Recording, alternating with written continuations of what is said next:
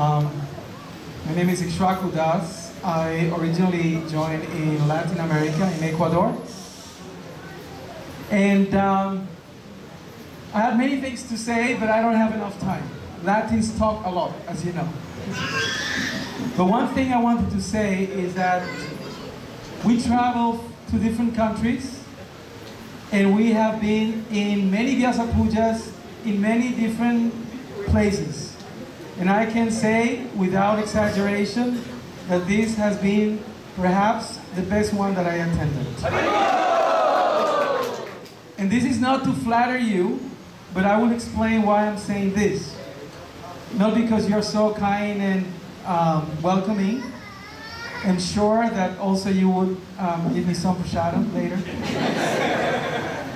But because particularly in this Vyasa Puja, I can see throughout that you are very much conscious of what Prabhupada wants. Today is Prabhupada's Vyasa Puja, or Prabhupada's appearance day. Every time you have, let's say, a birthday party, right? You go to somebody's house and you glorify this person, and you generally bring some gift, correct? And generally you bring something that she or he likes. If you know that somebody doesn't like some type of music or some type of cloth, that's not what you give. You give what the person likes. So since we came very tired from yesterday's program in Sukhothai Center, and we have been in the Adivash in Kuala Lumpur, before we were in Penang, before we were in Bangkok and Mayapur, and we have been traveling for a long time, so we were exhausted. But as soon as I saw the arrangements, more so knowing that most of you do work, do hold responsible jobs, obviously you're busy with your family, lots of children, and now just by hearing all the programs that you still will have today, right, during the day, that it's very noticeable that Srila Prabhupada is very much pleased with this sort of endeavor. So, yes, I have been here in Singapore many, many years back, since the late 80s. We were serving in Penang, we were serving also in Mayapur. So sometimes because of the visa problem, we will have to come out, and we have to come to these areas to take our visas and spend some time here. So I was wondering, when I was hearing the presentations and seeing all what you have achieved, how is this possible? How in 25 years, maybe was the last time I was here, or so, 23 years perhaps, you have grown so much. There was a handful, a band of devotees who were rarely even go out. I remember a couple of times we went out to what they say, the few public harinams, because the police would come. So we were concerned that, you know, we were foreigners and then we would get deported, etc., etc. But we went out a couple of times, and we did some programs, home programs, etc. So I wanted to mention today three things, basically. One is, what do you think that Prabhupada has given you? We come here and we say, thank you, Prabhupada. The children say, thank you, Prabhupada. The pujaris are thanking Prabhupada. The leaders are thanking Prabhupada. But why are we thanking Prabhupada for? Each one of us have a particular answer for that. Prabhupada has given us, each one of us, a gift, right? And who remembers what were the last words of Prabhupada's class? Anybody? I know that it's hard. I'm sure some of you went to sleep after midnight. So anybody remembers what were the last words of Prabhupada's class? Amazing class. Really incredible. Anybody? No? No? No? I don't know how I was paying attention and I wrote a few things. But Prabhupada said at the end of his class, read this Bhagavad Gita and make your life perfect. Or something along those lines. So, today is Vyasa Puja. So what Vyasa Puja means, that Srila Prabhupada has come to represent Vyasadeva. And who is Vyasadeva? The literary incarnation of Krishna. When Krishna feels like writing something, he manifests himself as Srila Vyasadeva. We understand that, correct? So, the essence of all what Srila Vyasadeva wrote, and the main book, the main text that Srila Prabhupada used to preach and to establish Krishna consciousness around the world is which book? Bhagavad Gita. Right? Srimad Bhagavatam is an expansion of the Bhagavad Gita. And I have never seen this drama representation of these books. This is really amazing. First time. Amazing. We're gonna, you know what we're gonna do? We're gonna steal your ideas and we're gonna make an article and we're gonna tell devotees to do something like this. I'm sorry. This is our job. So we're gonna tell how these boys represented and spoke as the books themselves. It's amazing. Really amazing. And also the little girl who played the part of Srila Prabhupada, that was really, really cute. So, the books, this is what Prabhupada gave us. These are, you know, when you go to a party and they give you candies and they give you lollipops and they give you ice creams, right? These are the gifts. This is Srila Prabhupada's festival and we all are taking these candies. These are the books that Prabhupada has given us. So what is that Prabhupada has done for us that we are so thankful that after so many years we still come to honor Prabhupada on his day? Srila Prabhupada in the Bhagavad Gita, taking the instructions of Lord Krishna, has taught us this. Who we are. You know, you must know by heart this. How many times you heard, you are not the body? Have you heard that phrase? Yeah, perhaps one of the most popular phrases, and still we don't remember. One time, Prabhupada was given a class, and he was emphasizing, you are not the body. And he noticed one devotee walked out, one of his servants or secretaries. Prabhupada observed. Later in the room, he said, why did you walk out of the class? The devotee said, Prabhupada, I heard so many times you saying the same thing. I know already. And he said, no, you do not know. That is your problem, that you're still thinking that you're the body. So in the Bhagavad Gita, we learn who we are, our identity. What do we have to do? Work. Don't you all work here? Most of you work, and the mothers work even double, triple, having children and taking care of the house. Right? So in the Bhagavad Gita, we learn who we are, our identity, our duty. Chapter 3, our learning needs. What do we have to learn? Chapter 4. What do you have to experience? Chapter 5. Yeah? You're reading Bhagavad Gita here, I'm sure. I don't want to start making questions to you. But yes. What do we have to think? Chapter 6. Right? He tells us everything about us. Not only that, then he tells us everything about Krishna.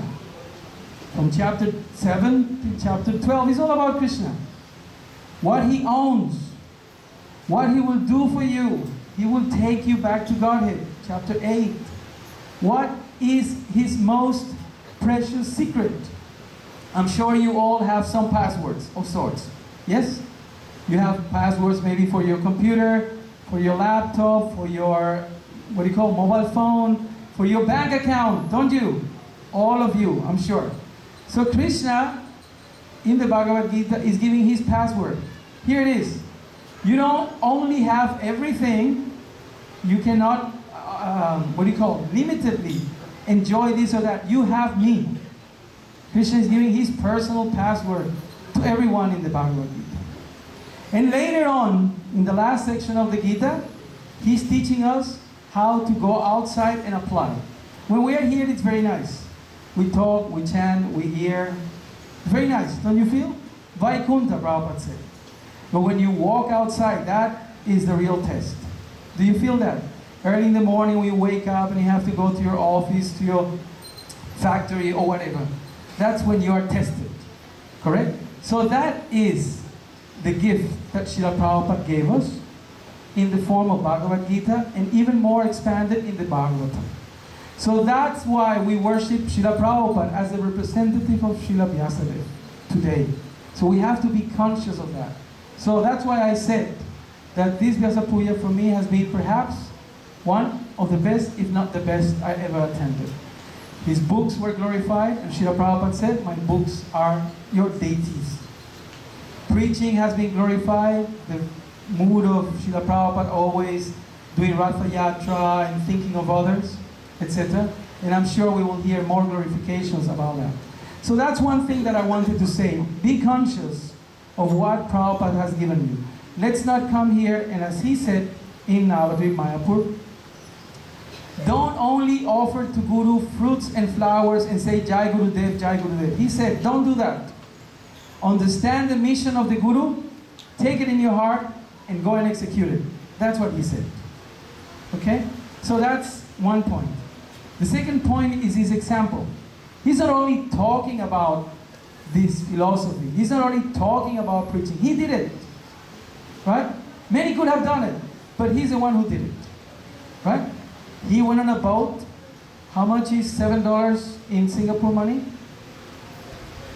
Now I know that the currency is going up and down, at least in Malaysia. It's for Singapore. So he had 28, 29 Singapore dollars in his pocket, 2 boxes of books, and a pair of cartas. So let's challenge ourselves. Let's take a boat, 29 Singaporean dollars, 2 boxes of Bhagavatam, and go across the world and start something. Do something, right? Let's challenge ourselves. Because we have to see what is that he has done. Why he's so great. Why millions of people are honoring him. So the second thing, the example. Like sometimes you say, when you go to India, you go to the Ganges and then you offer the same Ganges water to the Ganges. Have you seen that? It's a practice, right? So you take the Ganges and you offer, right? This is a practice. Why? Because the Ganges is so pure that even the Ganges itself accepts that offering back. Because it's accepting the devotion of the devotee. In the same way, I can say for myself, I haven't done nothing. But Srila Prabhupada has done everything. So we have to take his example, we have to take his books, and offer them back to him. Read them, apply them, preach them, like that. So that's the second point. The third point Prabhu mentioned, very wrongly so, that I'm the congregational minister. In fact, His Holiness Jatadaka Swami and His Grace Kaunteya Das, they are the co-ministers of the congregational preaching. And Sevaswarup Prabhu and myself, he's the manager and I'm a coordinator, outreach coordinator. So our job is to go around and to train some devotees how to expand the congregations. But frankly, I'm speechless because just by seeing what you are doing today, and believe me, I don't say this often, it's amazing. It's really incredible. Just to feel the energy, and I'm sure that many devotees are not here because of last night's program. And you will have much more programs, but as I said before, we will take this example, write some articles, try to take some tips from you, and share it with the world. And I'm sure many devotees, many temples or preaching centers will benefit. So what do we do in the congregational preaching ministry? Sometimes people ask us this. We do nothing else than what Prabhupada did, or try to establish a system by which the congregations will grow. So let's think what Prabhupada did, right? He did basically 3 things. Some of you might have read the biography, the Lilamrita, Srila Prabhupada Lilamrita, or seen the video about the life of Srila Prabhupada. He did 3 things. He contacted people. He established a little center in New York, and he was attracting people. So he contacted people, right? Secondly, he trained them. He cultivated them. He became friends with them. Friends in the sense of service, right? You know these stories. So he attracted them, he trained them, and then what he did, once they were convinced, once they have joined, what did he do? Huh? Send them somewhere else. True. He cared for them. He cared for them. So the 3 C's, we say the 3 Bhamana steps. You know our Bhamana story? Right? Bali Maharaj says, okay, what? And then he saw him, you know the story, he's a dwarf. He's a short, yeah, incarnation.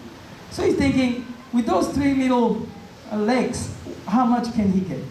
So I give you 3 steps of land. So then Bhavana did the trick. And then he expanded gigantically. And he took the whole universe. And just in 2 steps. In the 3rd one, he had to put his head. Right? So Bhavana can step in. So in the same way, if we just do a few baby steps, so much can be done. So much can be achieved. Right? So, I am seeing this. I'm not trying to convince you. Because it's already happening. Seeing is believing, they say. Right? So what do? We try to encourage devotees to do these 3 C's. So it's 3 steps. Contact people. Get their names. Get their phone numbers. Get their email address. Cultivate them. Invite them. Right? Listen to their problems. Counsel them. Give them books. Give them prasadam. Right? We all can do that. You cannot say only the leaders, only the Brahmins, only the Prabhus, or only the Indians, or only the seniors, or only the... No, anybody can do it. Right? So we can do all this. And then after they become devotees, after they take initiation, after they come and do so much service for so many years, take care of them. Take care of them. Sometimes, Srila Prabhupada says, forgot the verse, but Srila Prabhupada says in one of the purposes of the Bhagavad Gita that sometimes devotees have accidents. Anybody here has accidents?